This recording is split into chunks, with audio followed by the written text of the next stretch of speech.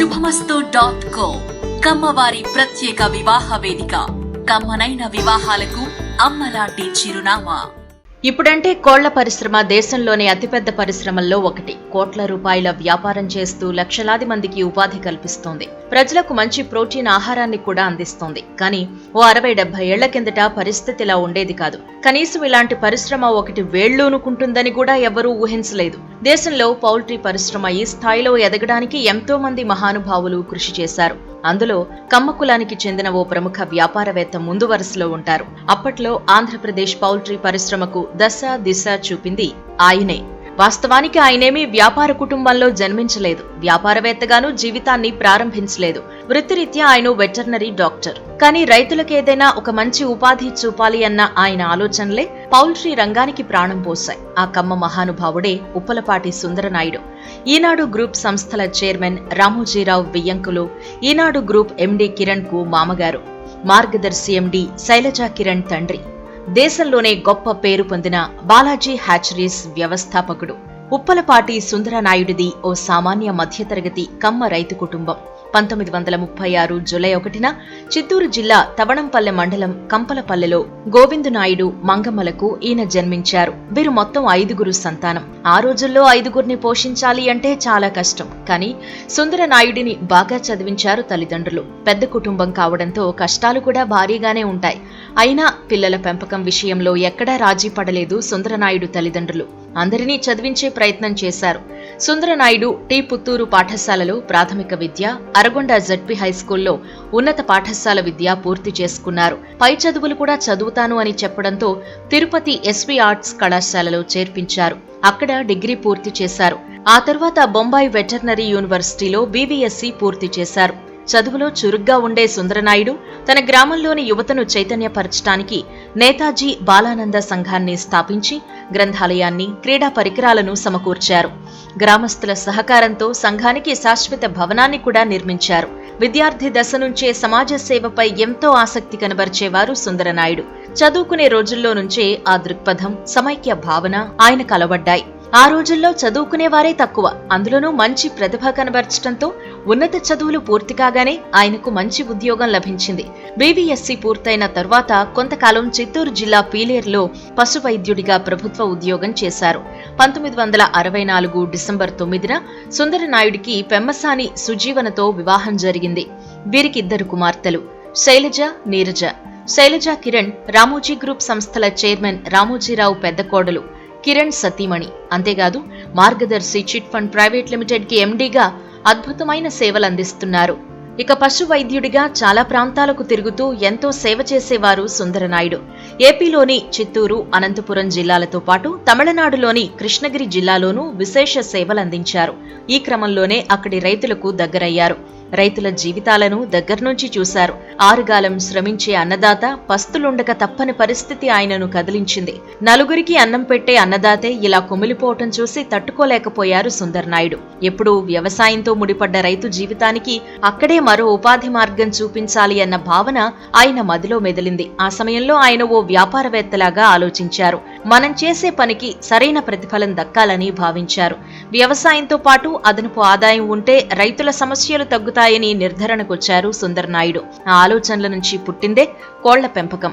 ప్రతి రైతు తన వ్యవసాయ క్షేత్రంలో ఇళ్ల వద్ద కోళ్లను పెంచుకోవడం అప్పుడు ఇప్పుడు చాలా కామన్. కానీ దాన్నే ఓ వ్యాపారంగా మార్చాలి అన్న ఆలోచనే ఓ అద్భుతం. ఆ అద్భుతాన్ని సృష్టించి రైతులకు కొత్త జీవితాన్ని ప్రసాదించారు ఉప్పలపాటి సుందరనాయుడు.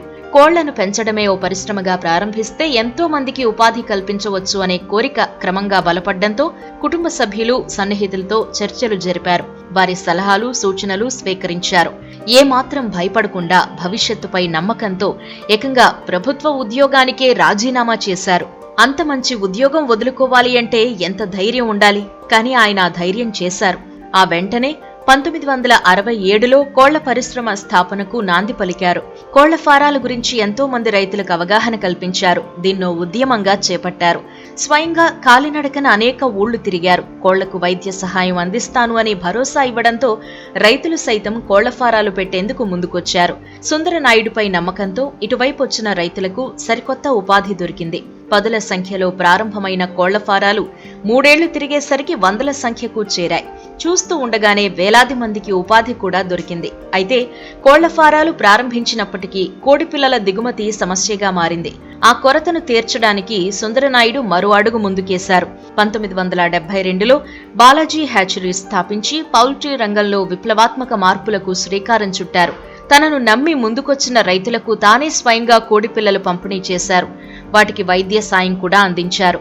అంతటితో ఆగలేదు. కోళ్ల పెంపకానికి దాణా సమస్య రాకూడదని నిర్ణయించి దేశంలోనే అతిపెద్ద బిఎస్ఎన్ ఫీడ్స్ ను స్థాపించారు. మొక్కజొన్న, సోయా, వేరుశనగ చెక్క, తవుడు వంటివి దొరికేవి కావు. పట్టణాల్లోని వ్యాపారుల సాయంతో అన్ని సరుకుల్ని సేకరించేవారు. అప్పట్లో ఎగుమతులు ఎక్కువగా ఉండేవి.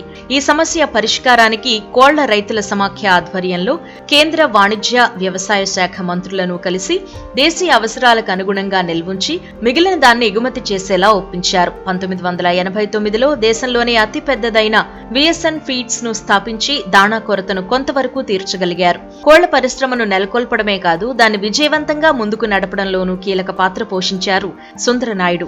విఎస్ఎన్ కంపెనీని ఫీడ్స్ వరకే పరిమితం చేయలేదు. అదే కంపెనీ కింద చికెన్ సెంటర్లను కూడా ప్రారంభించారు. 2006లో ప్రధానంగా చిత్తూరు, నెల్లూరు, అనంతపురం జిల్లాల్లో దాదాపు 50 చికెన్ సెంటర్లను ఏర్పాటు చేశారు. నాణ్యమైన, తక్కువ కొవ్వుండే చికెన్ను తక్కువ ధరకే వినియోగదారులకు అందించడమే వీటి లక్ష్యం. 2005-2006లో దేశీయ పౌల్ట్రీ రంగం దాదాపుగా కుదేలైంది. మహారాష్ట్ర, అసోంలలో వచ్చిన బర్డ్ ఫ్లూ దేశంలోని పౌల్ట్రీ రంగాన్ని కోలుకోలేని దెబ్బకొట్టింది. ఆ సమయంలో రైతుల దీనావస్థ చూసి చలించిపోయిన సుందరనాయుడు నష్ట నివారణ చర్యలు చేపట్టారు.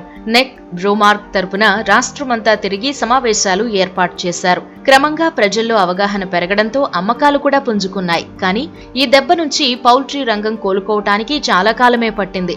పౌల్ట్రీ రంగానికి సుందరనాయుడు చేసిన కృషికి గాను అనేక గౌరవాలు దక్కాయి. పూణేలోని doctor BV Rao institute of technology వ్యవస్థాపక ట్రస్టీగా అవకాశం దక్కింది.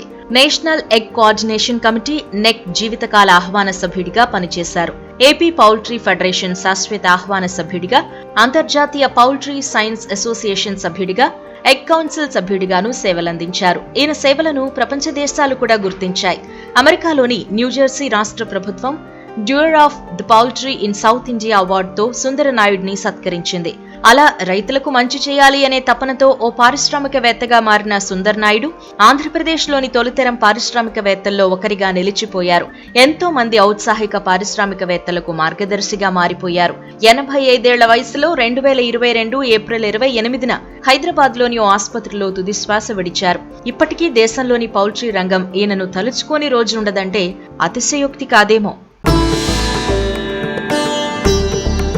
శుభమస్తు.co కమ్మవారి ప్రత్యేక వివాహ వేదిక. కమ్మనైన వివాహాలకు అమ్మలాంటి చిరునామా.